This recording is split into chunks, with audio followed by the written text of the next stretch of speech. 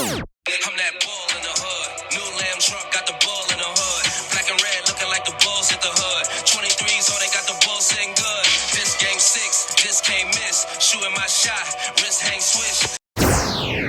What time is it? Game time! Welcome back, Bulls Nation, to another episode of the Nothing But Bull podcast.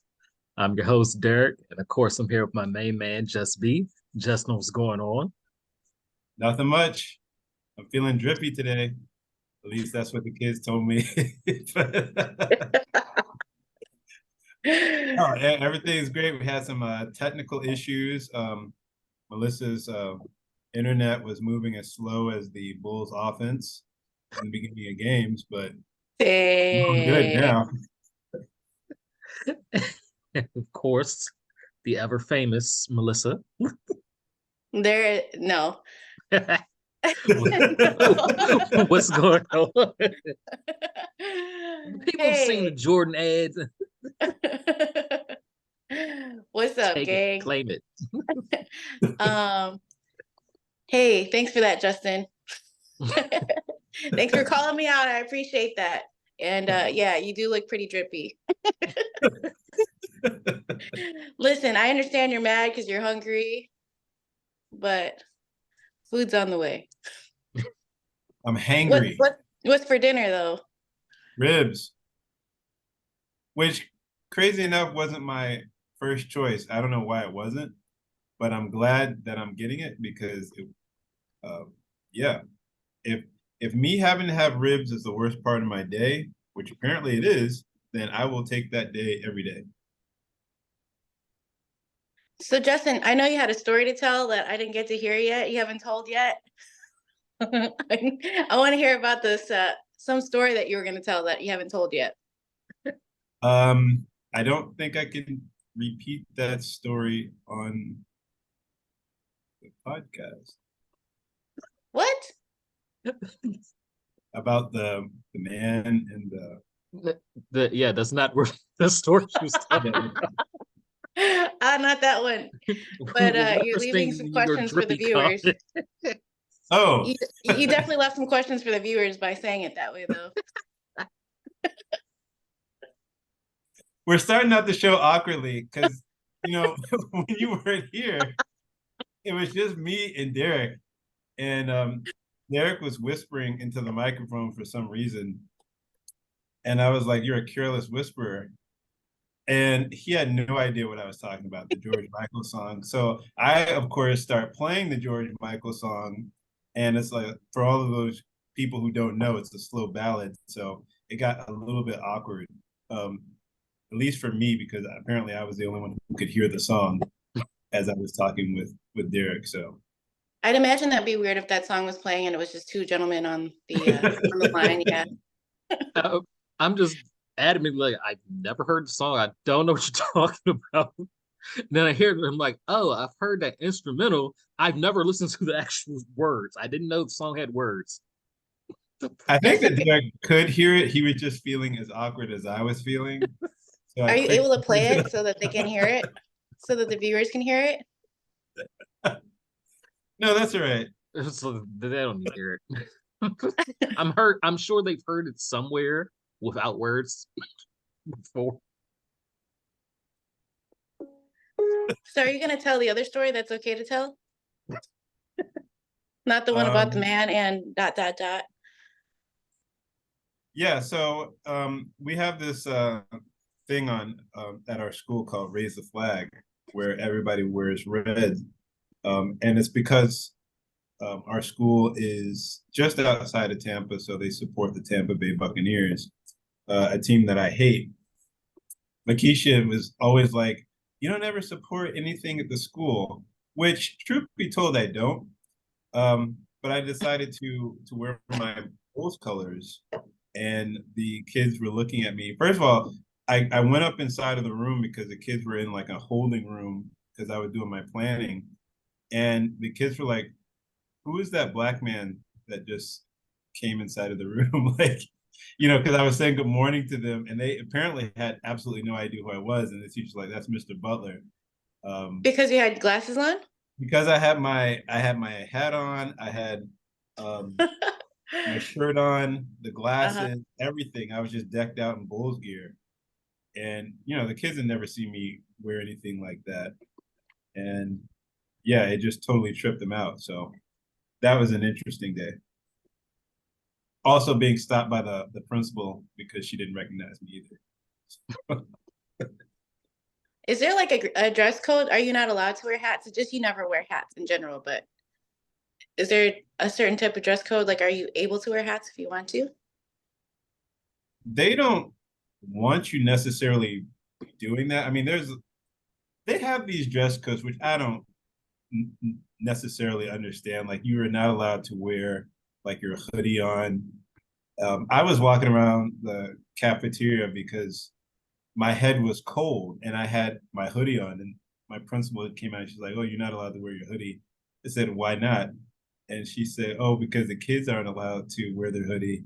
And I turned around and looked and I said, "There's a lot of things around here that the kids aren't allowed to do that I'm allowed to do because I'm an adult." And she's like, "Well, it's just a school policy." And I said, "Well, I don't understand the policy," but I didn't want to get into it with her right in front of the kids in the cafeteria, so I just took the hoodie off.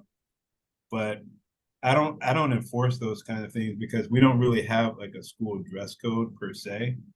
So I feel weird enforcing something that's not really part of what we say should be enforced. So in my classroom, kids wear hoodies.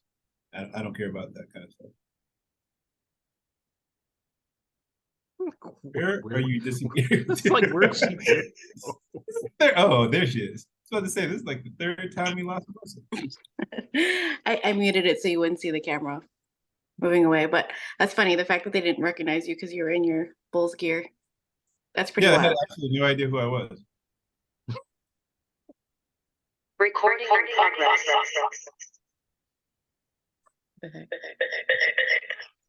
Um,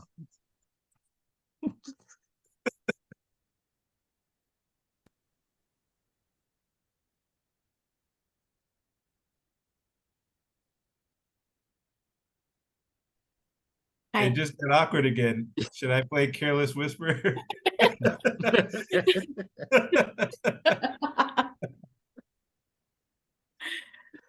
no, I think we're done with awkward moments. I feel like that would make things more awkward. I don't know. We have enough awkward moments with Bulls as it is right now. How in the world do you start a game where you go half of a quarter and score 1 point in the NBA? The score was 22-1 yesterday at about like the 7-minute mark. Yeah, this was like a teaching lesson for Ariel because she came in and she was like, "Daddy, I thought buckets like were 2 points or 3 points. Why is there only 1 point on the?" And I'm like, there is a logical reason for there being 1 point, but in totality, there really isn't a logical reason for there being only 1 point Recording in progress. on the scoreboard. Like,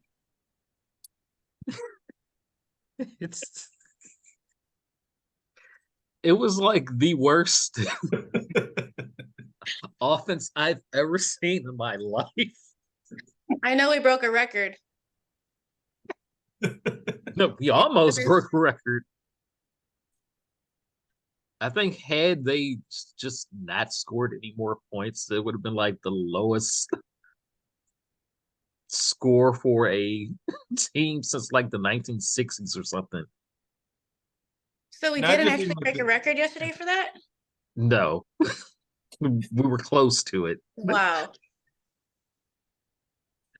not just in the shot clock era, just like basketball in general. Yeah, just basketball in general.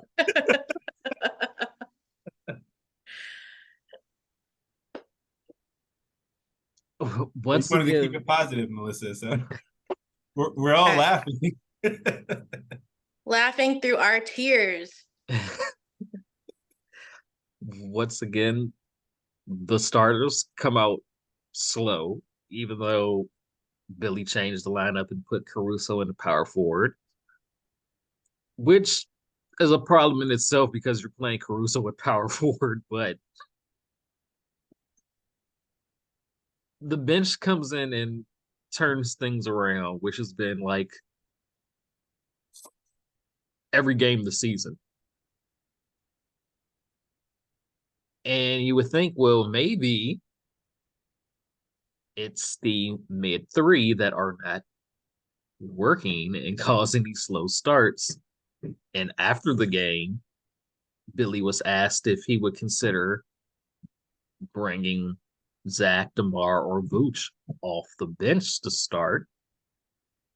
And he says, no, I don't think I'm willing to do that. Why is this man still a head coach in the NBA? He's so stuck in his ways. It's not even funny. I don't know. I'm actually surprised. I was actually surprised by the answer, considering the fact that I mean, it seems pretty obvious that he's lost most of the team, if not all of the team, especially one in particular. So it's not about like being like the players coach anymore at this point. So I'm actually surprised by that answer. It's like yeah, it's not like the honeymoon phase anymore with Billy. So I'm shocked that he answered that. He didn't have any answers. You know, I will give it like the coaching staff some credit, because when I'm listening to like other guys like broadcast, like former players, they talk about the fact that your bench players, your young players, they mostly spend a good amount of their time with the assistant coaches. So when those guys are coming in and playing with energy, a lot of that can be attributed to what it is that they're going through with those assistant coaches, working on their game, making sure that they stay ready. But generally speaking, your starters, your vets, those are the people who spend the majority of the time with the head coach. And for this team to start every single game like they've never played with each other a day in their life, like I don't know what else he needs to do to get fired. I mean, they play basketball like with the same enjoyment that we have watching them play. Like they play so dispirited. Like when I'm watching the Bulls play in the beginning, I'm thinking to myself, are they just gonna show up today? Like, are they gonna have any energy like with those starters? And they look completely lost. Like there is absolutely no chemistry with them whatsoever. And as much as people say, you know, these guys have to be professional, like I think people need to get out of like applying their own sensibilities to these professional athletes. The majority of us aren't going to a job hearing thousands of people yell our names. Majority of us aren't going to a job where it's necessarily fun. But at the end of the day, like these guys are playing a sport that people get into it for fun. They just don't look like they're having any type of fun whatsoever.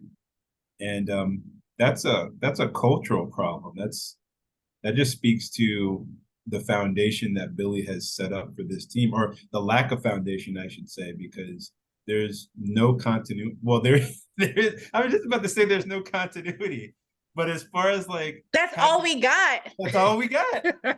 We got poor. We got plenty of that. Yeah, but it's just crazy. Like there just doesn't seem like guys know each other, like they communicate with each other, and that's just problematic. That's a system. That's not necessarily the players, because if you look around this league, there's good basketball, but there's a lot of bad basketball, more than what people really understand. And this Bulls team is not a championship team, but they have way more talent than to be playing like they are playing. So enough is enough. I agree with you. It just like I always say, you know, watching the Bulls lose, it is what it is. It's sports. There's always going to be a winner and loser, but it is very much what you said. Like, they just look like they are not having fun. It looks like they're not even trying. They're just checked out. So that's what makes it so frustrating for the fan base. Because, man, like, this fan base is so loyal to the Bulls. Like, we've been through some of the greatest years, and of course that was amazing. And that's why I think, right, that's why we have such a loyal fan base. But we've been through some, like, not so great times, and all we really want is just effort. That's really it. We just want to see that they care about winning, and it just doesn't seem that way. It doesn't seem like they care about much. I mean, they got their moments, and we had more moments like this last season where, you know, they would have really great moments, and we're like, yeah, Bulls are back, you know, jokingly, Bulls are back, Bulls are back, we got this. Every time they would, like, go on a hot streak, or they would be in rhythm, and you see everybody celebrating each other, and the bench is wild, and everybody's communicating. But this season, not so much. It's different. Alex is probably the only one that consistently has been showing up, and has also consistently been communicative off the bench too. But other than that, everybody just looks checked out. So it's tough. It's tough to watch. It's very disappointing. Well, there's effort there, and they do check in once they're down by 20, and True. it's like the third quarter, and then they spend all this energy coming back, and you're invested and thinking, oh, can they pull this comeback out? And then they lose by a possession, which thankfully yesterday, even though they started out 22 down, 22-1, we won the game. Yeah. Yeah, that's true. That's much better. That's the thing. I was talking with Derek about this the second time that we tried to record today. But it's like, if you look around, like, the Bulls schedule, it's not like they are getting blown out with these games. I mean, I know, like, with the slow starts, of course they're getting blown out, but like the final score, they're not losing terribly.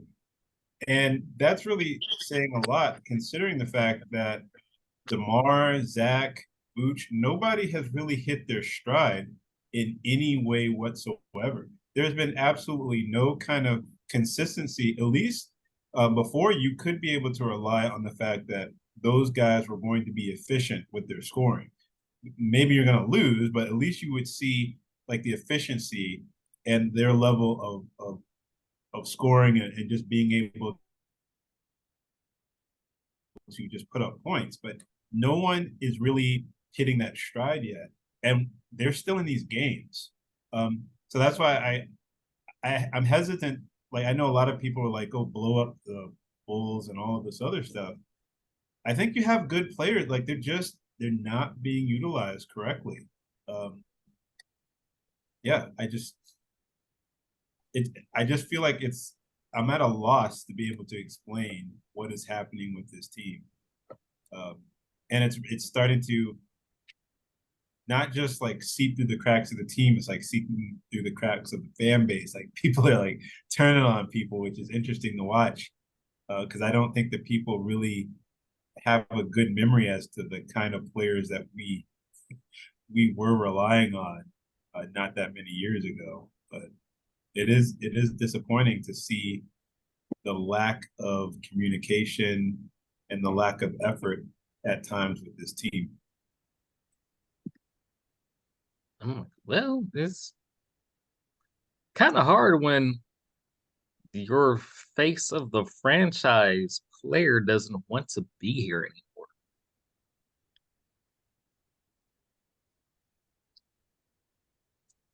So, does he not want to be here, or does he not want to be coached by Billy? Because, like, there's, like, different reports that have been coming out with, like, he would accept the trade here, but also, like, he's just ready to play for A different head coach. I think it's both. And it could be. But the thing is, like, we were talking about trade scenarios earlier. All of the stuff that's out there, it does not help the Bulls now, and it doesn't help them in the future. And you got a guy who, as much as people talk about the fact that, Zach is making over 200 million, there's a lot of really terrible contracts out in the NBA. And people look at that number and they think that's a bad contract. And no, it isn't.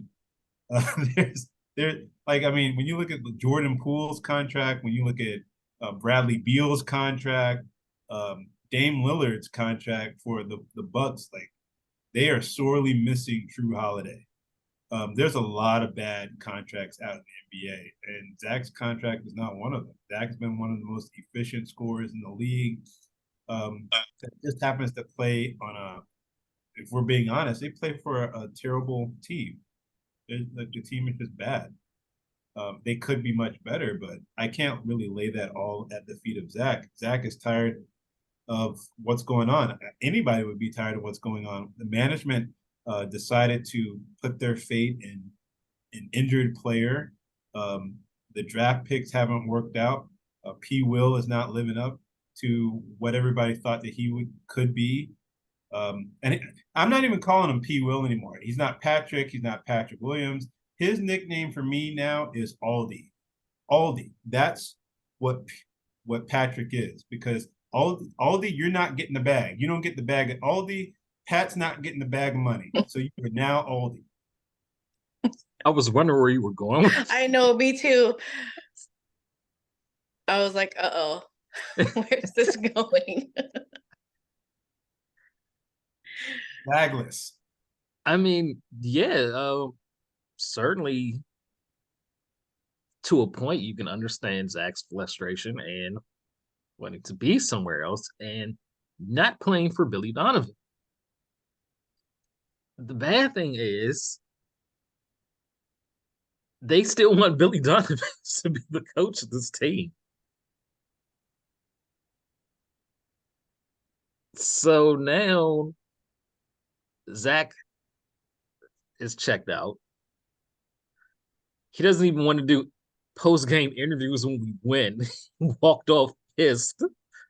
Like, Miami's one of the destinations that he said he was open to, and he like walked off like mad that we beat them. Like, I don't know if I want to go here because they just lost us type of thing. And he's jerking his arm away from the Bulls PR person, and it just looks bad. Yeah, it's not a good look. I'm torn on Zach because he gave us like some of his greatest years, and he's still probably going to reach I don't think he's reached his prime yet, but so I get it. Like, he's played for some really rough teams, and he doesn't necessarily want to play for Billy anymore. And we also know how skilled he still is and how talented he is and how athletic he is. He's, again, like you guys said, he's a crazy efficient scorer, but you can only do so much if you just don't want to be here. So you're not going to be giving your effort the same way you would. And the body language is very apparent, and that rubs off on the rest of the team. Like, you're one of the leaders of the team. It's tough. That rubs off on everybody. That's going to rub off on the young guys. It's going to rub off on the vets too, just knowing that you're playing with somebody that doesn't want to be here. You're playing with somebody who can do crazy things, but he's just choosing not to.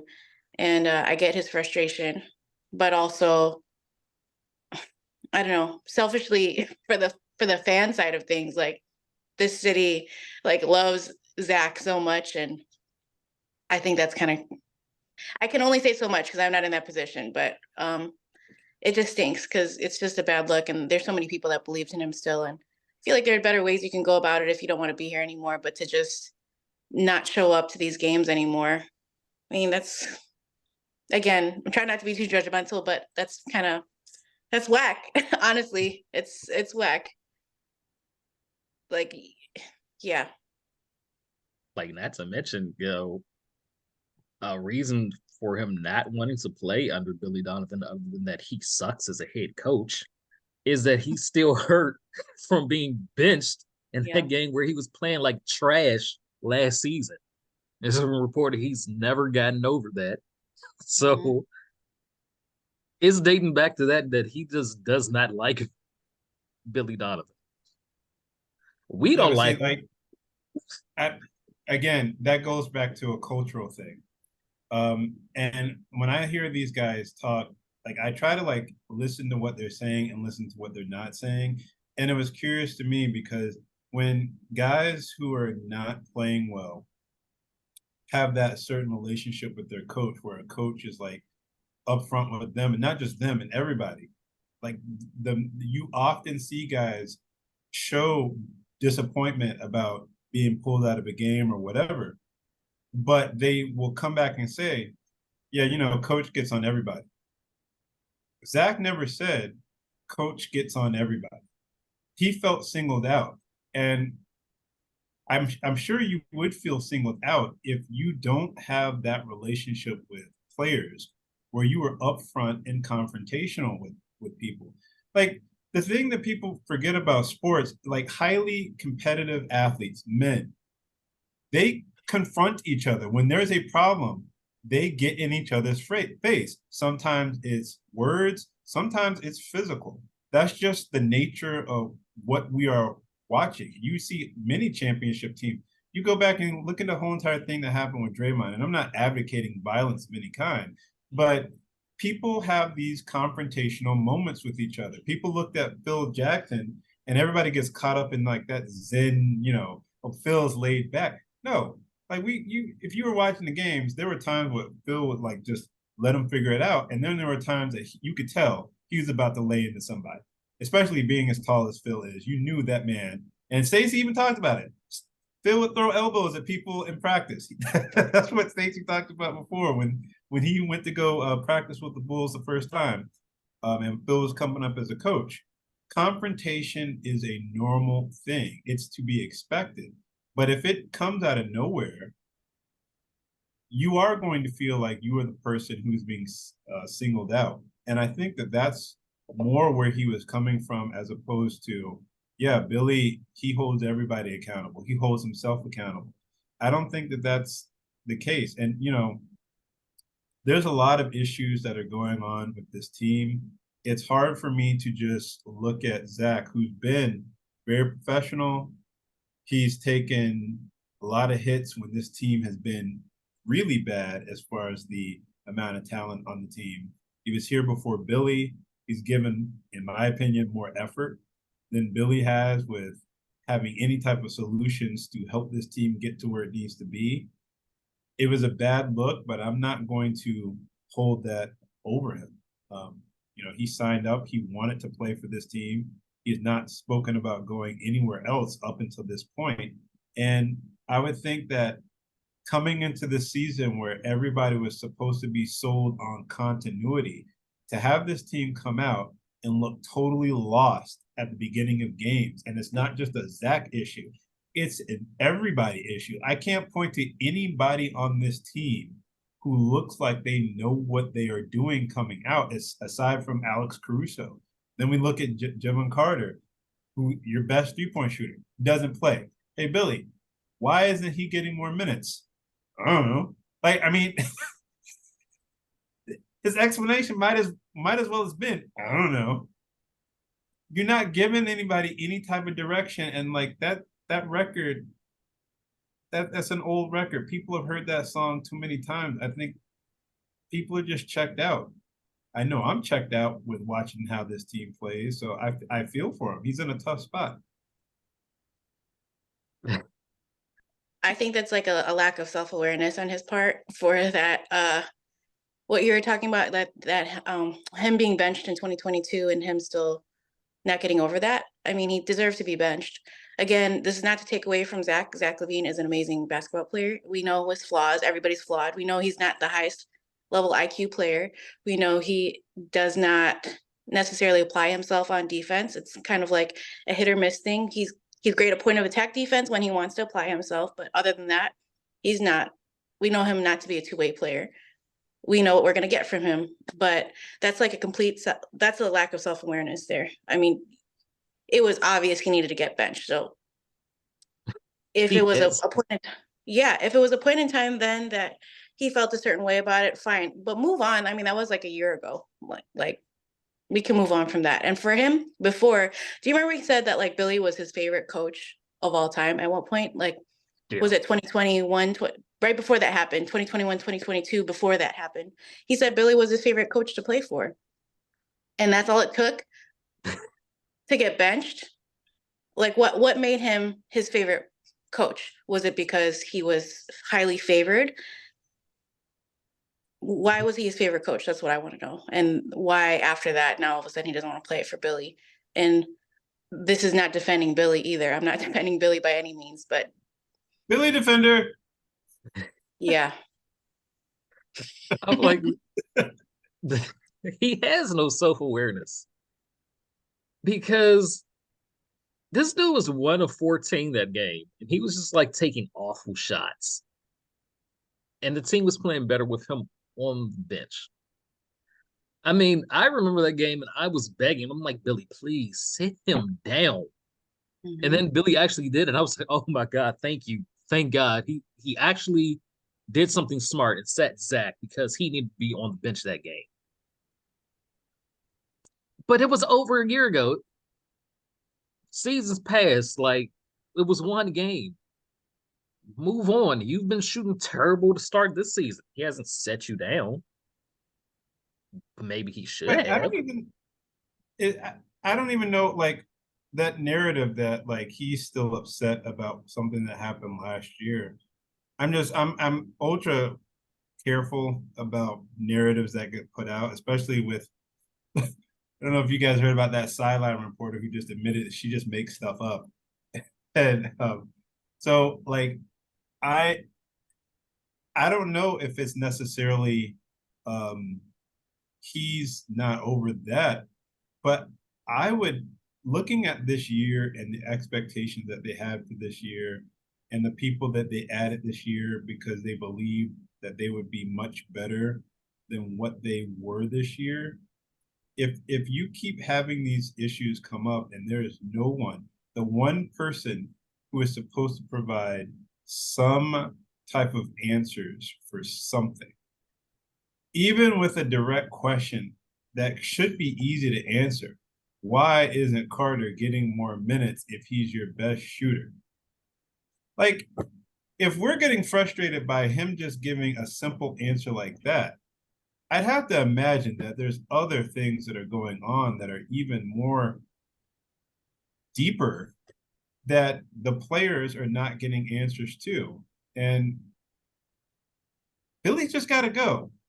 Can we just say that? Can we just say that Billy's got to go before we just like get rid of players in a league that just values talent because it's not easy to come across talent? I think that you would see what else that you could do by just having a change of coaches. I don't understand this game that the Bulls front office is playing with continuing down this road with him as a head coach. I don't know what kind of dirt he has on people. I don't know what they're watching to make them think that he's doing anything to help this team get better. It's just all very confusing. Yeah, head coach is usually the first one to go to when stuff goes sour. So, and we always talk about it like the roster is still flawed, yeah, but I do think they can definitely 1,000% be much better than what they're producing now with a different head coach for sure. It's not going to solve all their problems. I guess at the end of the day, it's like, what's the goal? But we're not contenders. However, we would be a lot better. So at the end of the day, it's like, what's the goal of not even the front office at this point, ownership? Like getting a new head coach would improve the team 1,000%. But I mean, at the end of the day, what's the goal here? If we want to see minor improvements, yeah, definitely start with Billy. I think that you would see a switch in the morale of the team, getting a fresh start with a brand new staff at the head at coaching position. And like we always speak about, there aren't any type of plays that are ever drawn up more than like a 2-touch play. It's beyond that, even when there are no plays being drawn up, the lack of effort is just glaring. Like it's bad. Like they're not moving off ball. And again, that's just going back to being checked out. Everybody's just checked out. They don't care. Like they don't care to move. Like here and there. I know hate to go back to like when we had Zoe, but Zoe was a very important part of how they built this roster. It got the team moving. They were in flow. We had transition offense. Everybody was getting touches. There's ball movement, and it forced people to move off ball, even if the plays were the same. There was still lack of creativity. That's not Billy. It's not a Billy thing. It was Zoe. It was a Zoe thing. People are moving off ball. So I don't know. I When don't you know. look at It's those like, plays at the beginning of the game, I don't know. I'm gonna ask you guys because I look at like the first couple of minutes of whatever action that they're running. They're boring. Like their actions are literally like I was like watching a game and I was already tired, but I was watching the first couple of minutes of yesterday's game, and I'm like, this is putting me to sleep. Like these actions that where there's just a little bit of ball movement. Oh, let's try to. Vooch is gonna set a screen, and then he's gonna dive a couple of times, or it's the most basic rudimentary offense. It does not get any of the players involved. And if you have ball dominant players and you don't run your offensive sets through them, they're not going to be connected. And guess what? If they're not connected on offense, they're not going to be connected on defense, which they aren't many times throughout the game, which is why they are giving up these leads. It is, being someone who's involved with helping with content, I got to say, a lot of times watching these games, it is boring watching them in the beginning. There's no kind of action going on whatsoever. And it was very glaring when I went to the Bulls game for the first time with you all to the home opener. Just watching four guys watch one guy play basketball. The energy was sucked out of the arena. There was nothing. There was no hype, nothing. Aside from the intro and everything, the first couple of minutes, they're just boring. And they've regressed. Like we thought last year was bad. At least last year had some ebbs and flows of excitement. Here, we're having to wait until the fourth quarter before there's any type of excitement, energy from this team. And that's, again, like we can point to one player all we want to. This is an organizational, cultural problem. It's not just one player. It never was. It's top to bottom. Yeah. It starts with Jerry, who, when they had the All-Star game in Chicago and Bulls didn't have any All-Star players, and the crowd is chanting like fire Garpax on national TV and the billboards, is when he finally said, okay, people are coming to watch us play. We got to fire this front office and get this rebuild done right. They brought in the con man, AK, who, let's be honest, he didn't do anything with building Denver to what they are. No. That's a joke. That's a joke. He came in and was like, okay, they're in a rebuild. I don't want to do that. I'm trading these picks. I'm getting Vucevic, and I'm trading more picks. I'm getting DeMar DeRozan, and we're back. And it worked out at first because we had Lonzo, and then Lonzo got hurt, and they did nothing to address it because AK is being a con man, waiting for Lonzo to come back, which we don't know if he ever will, to be like, see, I told you, I built this team. It works. But this team isn't working, and it shouldn't be because of one connective piece. Mm-hmm.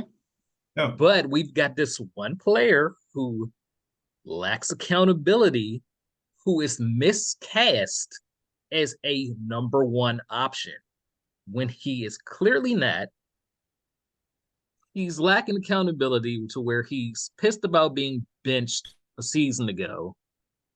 They asked him about it then. He's like, a player of my caliber should be able to shoot his way out of this. That's what he said when they asked him about that. Which brings up this season when they asked him about a defensive miscue, and he said, I don't think it was a miscue. I mean, that happens to everybody on defense. Now the reports coming out that the other team has been asking coaching staff about the accountability of Zach. So he's not innocent in this at all. Be it that, yes, he's played on some bad teams and he's miscast as a number one option. It wasn't until he signed with Clutch Sports and Rich Paul that he started to act like this and is on TV wearing a sweatshirt that says "Be Clutch," but he's not clutch until the game is already over. It's when we're not going to win. It's when he'll just all of a sudden start making shots. When the first 3 quarters, what did he do? So now this ownership, the GM, the players, and of course, I've said Billy needed to go since the first year because he absolutely sucks. He gives you stupid answers. Why isn't Javon Carter playing?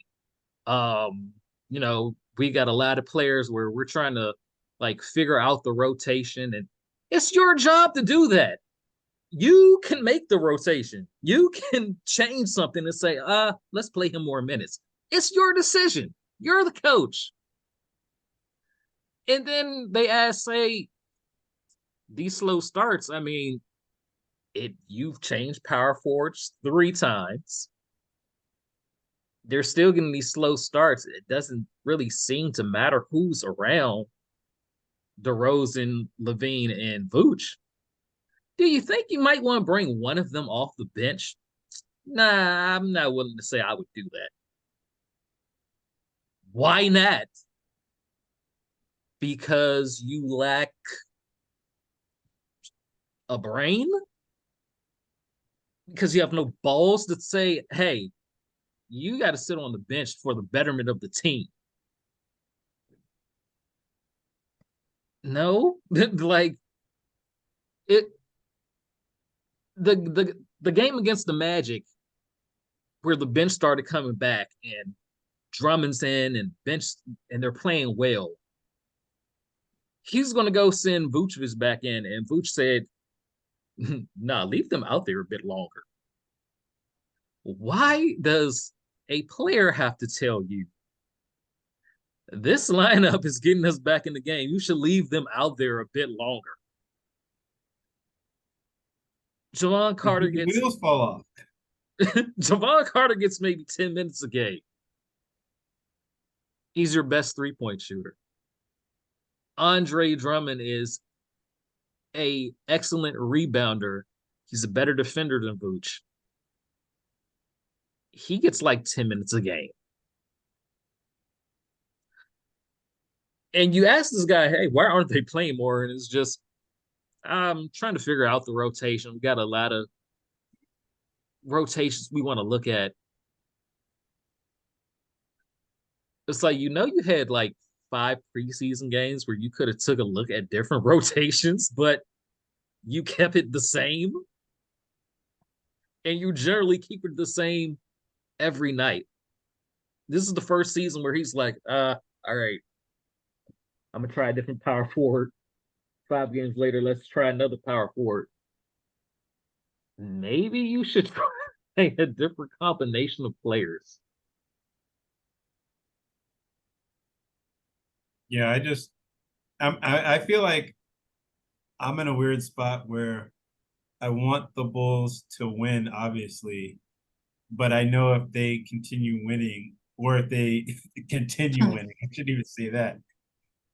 If they win more than what we think that they will win normally, that there won't be any change. And I don't know how you can affect change if the Bulls started to turn things around, aside from just moving off the coach. I don't know how, if you are like a coach who feels like they're worth their salt and you're looking at all of this and you are underneath Billy, I would be like just a little bit insulted that no one has come to you offering you the job. You know, if you really think that you have a future in this thing and you're watching Billy like just completely fail, like that means like those people are so invested in Billy that they don't have any person on that bench that they have any faith in. But it makes me wonder, like, are they just so stubborn in trying to prove everybody right that they can't admit that they got a lot of things wrong? And that's a very dangerous place to be in ownership, in leadership, where you're just going to continue going down a path. Everybody can see that it's not the right path. A lot of people, especially from the national side, look at the Bulls as like a dumpster fire.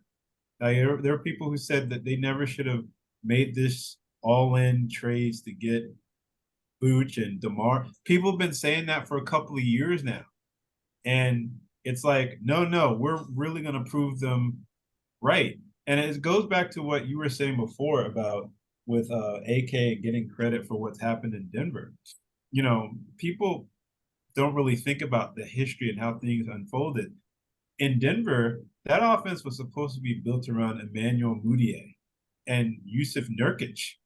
And it took Malone looking at the guy who was there, who was killing everybody in the preseason and getting triple double. He's like, oh, you know what? I think we need to build around that guy. Like, you know, Jokic wasn't like they didn't plan on drafting Jokic and building around it. That just wasn't the plan. It was the head coach who figured out what needed to be done to make things work. And it's just a lot of people from the organization, like with Jerry kind of living off of what happened during the Michael Jordan years. It's AK living off of what people think he did in Denver. It's Billy living off of what people think he was in OKC. You know, it's a lot of guys up at the top who are living off of just fallacies, and they need a wake-up call. Jerry just does not care. Again, nothing happens until there is just a lot of noise or until it hits the pockets. And like us being 23rd in attendance at the United Center has to say something. Like I'm watching these games now and we're seeing so many empty seats, and that's crazy to me because as we were talking about before, our fan base is so loyal. We just love to show up to these games. And again, that comes from the 90s. Like that stems from the 90s. Our loyalty stems from like the 90s Bulls. And seeing this many empty seats, all we can hope for is that it hits him where it hurts, and there are some changes that are made. Lack of accountability, 100%. Hearing like Billy speak in these press conferences, him talking about we have, like Derek was saying, we have to figure out this, we have to figure out that. Like, what is we have to figure it out? We've had the same roster essentially for the last 3 seasons. You still haven't figured it out. You haven't really tried too many different things. You haven't tried enough different things to where you can be satisfied to say like, yeah, we tried everything and, you know, nothing worked. It's 100% our roster. This is the best we can do. Again, yes, it is our roster. Yes, we're flawed, but there haven't been enough different schemes that have been tried to feel like we've maxed this roster. We have not. The lack of accountability when we hear even Zach's press conferences, it's never him taking accountability for anything. DeMar is a completely different story. When you hear him speak, he's taking accountability and he's speaking on like what can be done differently the next game, but he'll take accountability for things that could have been done better. So it's definitely a lot of like mentality too within the organization, within the players, the coach. I don't. I'm like, Ed, the thing with DeMar is he takes accountability, says things that could happen, should happen, but he'll also make sure he doesn't throw anybody under the bus. Mhm.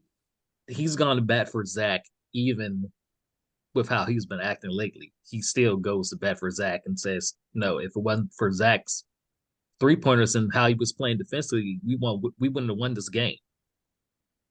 Even though this guy beelined off the court and left all his teammates standing there to celebrate as he just blew off the interview and went to the back, gave a pretty bullshit excuse of, oh, it was a miscommunication with the PR staff and we're all good. We got to play them again the next few days, so I didn't want to celebrate on the court. I'd rather celebrate in the locker room. What? How does that even make sense?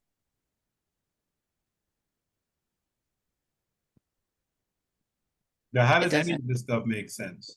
It none of it makes sense. And hey, I know a lot of people are like, hey, we need to like sell off this stuff to like get draft picks.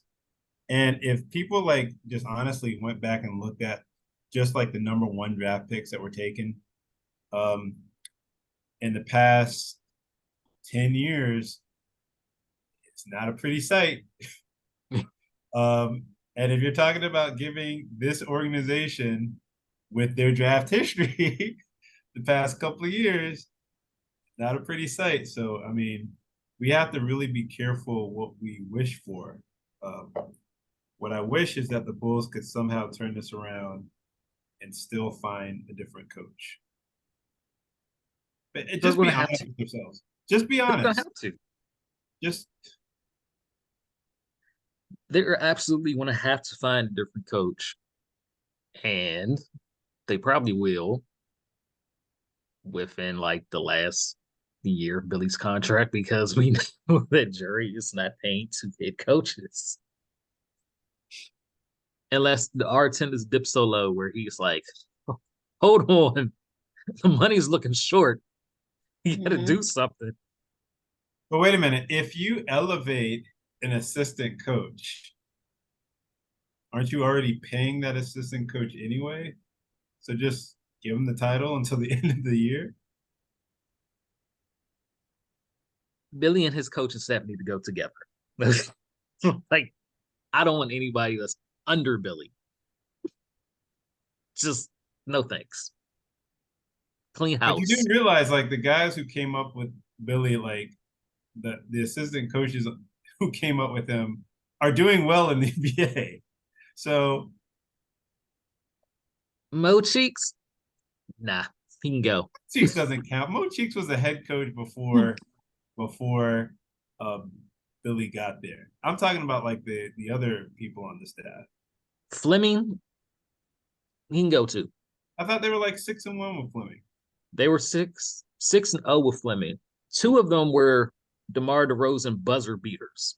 But at It's least it not was like we were this great team under Fleming. It was DeMar DeRozan was being DeMar DeRozan. Fleming can go. It should have happened when all these coaches were available this summer. But now it's like, who do you get? But at this point, anybody's better than Billy. Get him out of here. They're going to trade Zach because Zach doesn't want to be here. He's soft requested a trade where it's not come out that he's requested one, but you can tell he's like, get me out of here. Which is why he has a list of destinations. It is funny that, like, out of all the people, the vets and everybody who has signed with this team, I didn't realize that Vooch was the least passive aggressive. Like, Vooch just come out and said, hey, look, I don't like my role here. He's, at the beginning of the year, he had his confrontation with Billy on the sidelines. There's too many guys. Like, I wish these dudes would just act like, I don't know, have a Draymond Green moment, I wouldn't go that Billy. far. I would go just choke Billy, pull a Latrell Sprewell. I'm not advocating violence, but it, like, show some like some oomph. It's Like, apathy, man. They don't care. Except for Alex and Kobe. Kobe tries to. But when it comes to like heart, it's like Alex with his heart on the floor every game, even if he's on the bench. And that's why we're so frustrated. More than anything, more than us being just like a losing team. I said it last year, like, where's the pride? Like, nah, it's this year. Where's the pride? Show some pride. I thought it was no, it's this year. It's definitely this year. This year, that's why it is just so frustrating. So frustrating because yo, it gets very embarrassing, man. As yeah, I can't even. I'm just getting angrier the longer we've been on here. I'm like trying not to speak too much because I feel my face turning red. But yeah, I mean, it's the miscast Bulls. Like, everybody is miscast in this. AK's miscast as this genius basketball operations guy where he's just a con man. You've got Billy, who's miscast as a head coach, as miscast as an NBA coach because he should have stayed in college. Um, Zach's miscast is the number one option, and then your coach miscast all the players and their roles. Like Caruso's not a power forward; he's just not. And it's like you see Derrick Jones Jr. He's starting in Dallas and he's playing well, and people are like, well, why didn't he do that here? Because this guy is playing a wing position in Dallas where our head coach had him playing center hmm at 6'5". Yeah, I mean you it is hard to get any of the credit that as a head coach, but it's you don't want to be the reason why the team is just terrible. And just like looking at that Miami Heat game, which the Bulls like miraculously pulled out, it was very interesting watching their offensive sets and knowing, at least from when Jimmy Butler was on this team, knowing where he likes the ball and the Heat just finding creative ways to get him and Adebayo to their set shots where they're comfortable at. Like you don't see them taking crazy shots where there's no rhythm to their offense, the flow. They're getting to their spots. Like where they're trying to get to, but they just like scheme them open. You know, like people talk about that in football where like you have offensive coordinators that scheme their wide receivers or receivers open. And other teams in the NBA that are well coached, they scheme those guys to get to their spots. It's not always about a guy just breaking someone down off the dribble and them getting to where they need to be. But there's so many times where you see Bulls players in the wrong spot, or like two guys are like off in the corner somewhere, and you're like, who is this play being run for? Why isn't there anything that's going on with other guys on the court? And it's just a lack of creativity. It's like you mentioned before, Melissa, it's just apathy. I don't know if anybody really cares. I mean, I see that Billy's aging, like with his gray hair, but like, I don't know. I can't really say that from a coaching standpoint, from a player standpoint, from a front office standpoint, that there's a lot of care. And it's funny, people talked about Jim Boylan and, you know, those corny slogans of wearing, you know, bulls across your chest. I would give for somebody to get these guys hype, or at least try to get them hype with some level of corniness that Boylan did. It's frustrating on a lot of ends. Yeah, I would like to know, where did the Bulls go from here? They're going to City? rebuild again. They're going to trade Zach. I don't think you're going to get like good value either way with whatever team he goes to. We're gonna get what, a few players and hopefully a couple picks. But do we really trust the con man to use these picks to help? No. In a perfect world, the dwarfs would be out of here. That's the solution. But start that GoFundMe like we were talking about. By the team. Somebody posted I saw it somewhere, like if everybody from I think like Illinois donated, it'd be like $901 per person. With they counted the population of Illinois, it'd be like I think somewhere around like $901 per person to buy the team. We could always go that route. I'll It's, throw in. it's just sad because this team was going to be bad. Like, Yeah. very bad. That's what's the most depressing because it's going to be at minimum 5 years before we have any type of joy again as a fan. And it wouldn't have been like this had they not rushed the rebuild in the first place. Mm-hmm. Why? Con man comes in. They Get these picks out of here. They did just enough and then stopped. Didn't do anything more. I'm gonna bring a couple 30-year-old players and this coach who didn't want to go through a rebuild and was on his way to retirement, where you should have let him go. You go and beg him to come coach your team, knowing he didn't want to go through a rebuild. So you're like, don't worry about it. We got some picks. Throw them out there. Bring you in 2 former All-Stars. There you go. And now we're here. We're not even going to have any representation All-Star weekend either. How sad. No, we're not.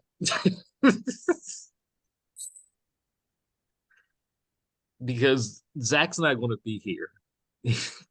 And Father Time is chasing DeMar down. So unless, I don't know, maybe we somehow miraculously make a trade and get these role players for Zach, and somehow it clicks.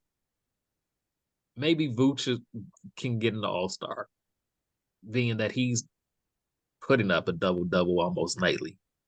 Maybe that's good enough. Maybe it's possible. Maybe that's the slogan for this year, right? It's possible. Nah, man, I'm not trading Zach LaVine. Until that man grows a beard and puts on a fat suit, you're just gonna be suiting up. Sorry, like no, you're gonna have to go to James Harden route. Oh my goodness. And the James Harden route was him saying, "I'm not playing for this team anymore. I want to go to the Clippers." And they traded him to the Clippers. And So do we really want him? Do we really want him to go the James Harden route, though? I do. I want all to be disruptive, even more than what he already is, just to be sent to where he wants to go. Justin said he just wants to feel something. He just wants the drama. He just wants to feel something. He just needs to see some action. And the Clippers, yes, the Clippers are horrible. So they're terrible. So Russell Westbrook is like, I'll come off the bench. Like, they won that game, not by much, but they won that game where Russell Westbrook came off the bench because he's like, hey, this is not going to work with all of us starting. Should Billy maybe take notes of that, where when he's asked if he would bring one of the mid 3 off the bench, he would have a better answer than, I don't think I would be willing to do that? Hey, look, how many years does Zach have on his contract? 4. Yeah, see, that's the thing. Like, as much as people think about you have to do something, you don't have to do anything. Oh, what you gonna eat your years, your prime year? Okay, fine. I will drag that out. Like they should, and this is another thing. When you are like operating as a franchise, a good franchise, you do not allow a player to hamstring you, especially one that just signed a contract. The team has to do absolutely nothing. There hasn't been sense of urgency for this franchise and I don't know how long anyway. So they are not beholden to have to send somebody out for any reason whatsoever. The only person who really has at least a little bit of power is DeMar because his contract is expiring. So he can just decide, you know what, I'll show my butt and then I'll go sign with another team. If management wants to take control of the situation, which they should take control of the situation, they would have a talk with Zach and say, if you want out of here, then you got to start playing better and build up your trade value. Because if you keep going down this route, I'm not sending you out for just pennies on the dollar. Will we see the franchise or the people in the front office do something like that? I doubt it. But like this notion that, oh, we got to send him out because he doesn't want to be here. There's a lot of people that don't want to be in this situation right now. But you got a contract. And unless you're just willing to just sit at home and just take the beating from potential employers and other teams, I would sit them down and tell them, look, if you want out of this situation so bad, you got to start playing better and build up that trade value, or else Why? You're just delaying the inevitable. you We're are just not gonna be going anywhere. I'm like, it's a players' league. This is just Yeah. not how it works. That's how it's different now. Like you have players signing these max deals just so they could like dip out if they need to.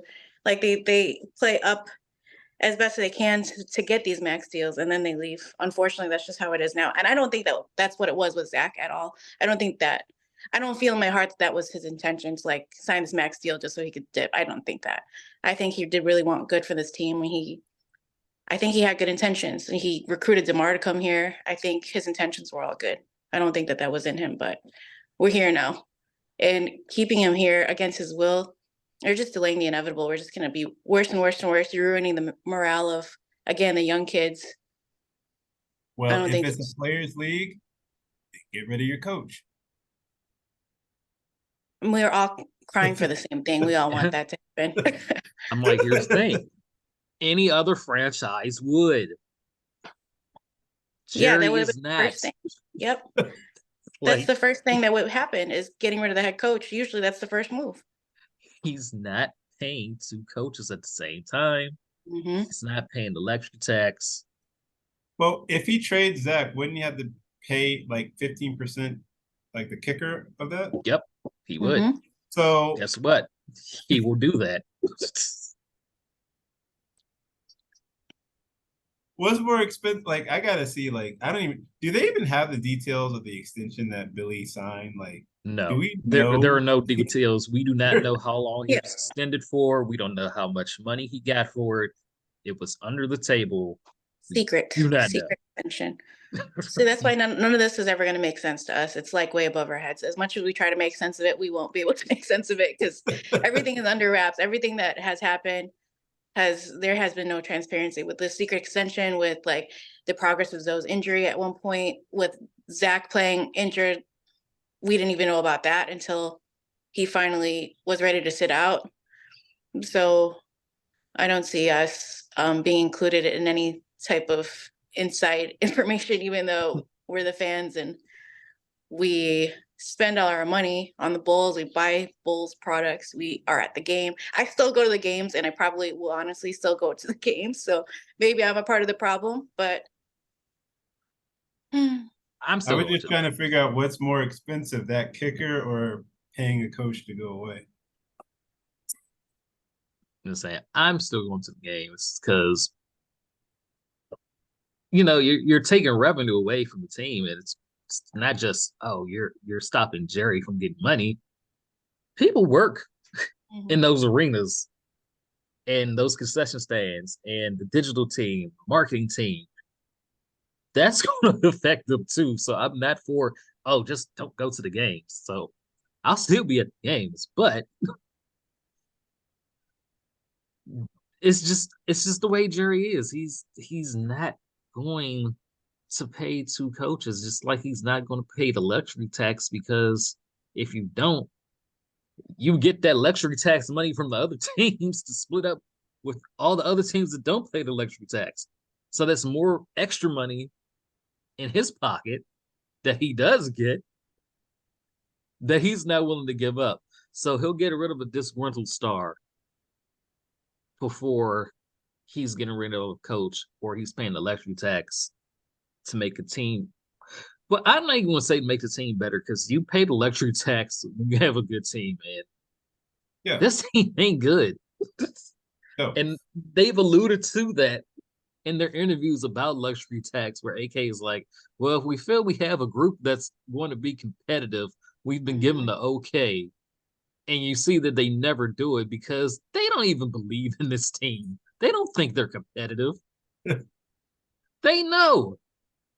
We have a disabled player exception that we're just sitting on. That's 10 million. They're not going to use that. So they're just going to ship Zach out, and I don't know why, but trust them to get picks and find some type of young talent, I guess. When your draft picks have been Patrick Williams and Dalen Terry and Marco Simonovic.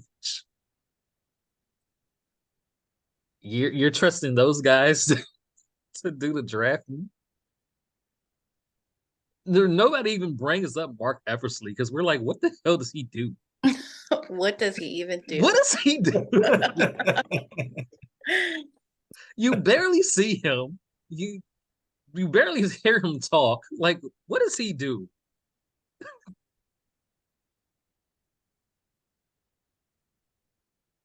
Does Paxson still work for this team too? Who? Pax. Yeah, he's still around. He's the special advisor. What is he advising? How to save money by not adding cup holders to the United Center? Oh man. I've been trying to sit here and think about what we can do to bring some type of positivity to this, to end it with some type of. I've been sitting here quietly thinking, like, what can I bring up? But Nothing. Benny, the new Benny's. I love the new Benny. Shout out old Benny, but the new Benny's great. We love the new Benny. That's positive. Benny is always great. That's the best thing about this team is Benny and Stacey and Adams broadcast. Yeah. Gotta shout out Stacey and Adam because the broadcast has been on point.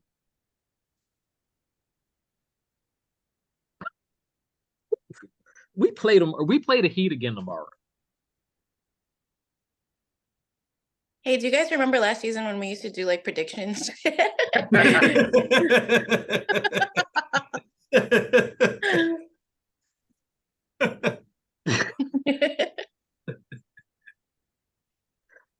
Well, we have the Heat again tomorrow. Then we have OKC and Toronto. Those are the next 3 games. We're gonna win against the Heat, and we're gonna take L's against the other 2 teams. And I know our win was by a stroke of luck, but that's me being optimistic. Still got some optimism in there. I'm not completely down.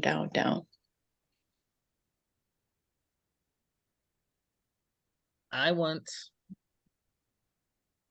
this trade to happen, and then we'll see what we have.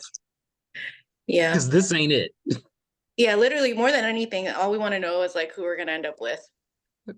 What we're going to end up with, will they come here and actually put in effort that we're not seeing from what we have now? And maybe it works. I mean, Philly got rid of Harden and they're playing great. Yeah. Zach is like it's honestly such a waste of talent. I'm so disgusted up with how everything went down. Aside from like all of his little antics and him being a little emotional and not playing with full effort, not running back on defense, always looking for calls. Aside from all that, I know all of his flaws, but we still Yelling A more than Carlos Boozer yeah, did. yes. Every single time he doesn't get called for a foul, he's throwing his hands up in the air and not running back on defense. Hey! Yep. Aside from all that, with all those things considered, I still think that we 100% wasted his talent here. But so I'll still be salty about him going, but at this point, it's like a point of no return. He's already checked out. He doesn't want to be here. So unfortunately, we just have to move on and hopefully everything works out for everybody. I just saw a picture of Billy at a Windy City Bulls game. Maybe he's trying to pick up some pointers. He's scouting. He's Oh, not chewing gum in the picture, though. Can we no. trade Billy and the Windy City Bulls coach? Is there a game on tonight right now? Would that make a difference? Is the game happening right now? Just I don't know. I just saw the picture, but I will tell you something. Like I've wait, never I'm trying to see seen. what my drive is to Hoffman Estates. Go ahead. I never seen like the first time I saw the Windy City Bulls play was last year, and their offense looked so much more exciting than ours. Like guys were cutting. It was just a modern day offense. Insert any team here. Yeah, so there was a game and it's over with, and Windy City won 94-75. Sanogo has been snapping, right? Yeah, Sanogo's been going off.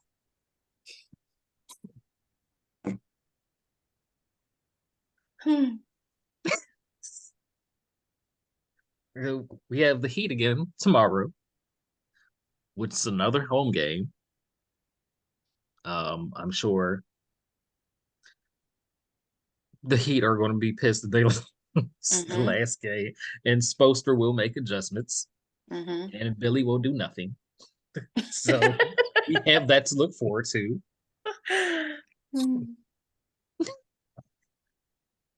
The question that just passed by my screen: should Billy Donovan stay with the Windy City Bulls? They're taking votes. What do you guys say? Yes or no? I think he just needs to quit He coaching. needs to be I think he fired just in a needs to cannon. retire.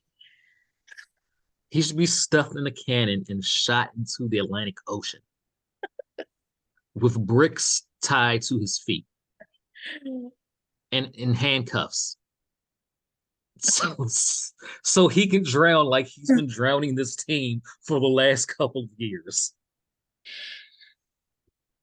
Oh boy. Man, Derek, what did that sea life do to you? Why are you forcing the sea life to deal with Billy Donovan? Because True. people throw garbage in the ocean all the time. Damn. No, sometimes it get washed ashore, sometimes it's just at the bottom forever. Either way, I would be fine with whatever outcome happened to Billy Donovan.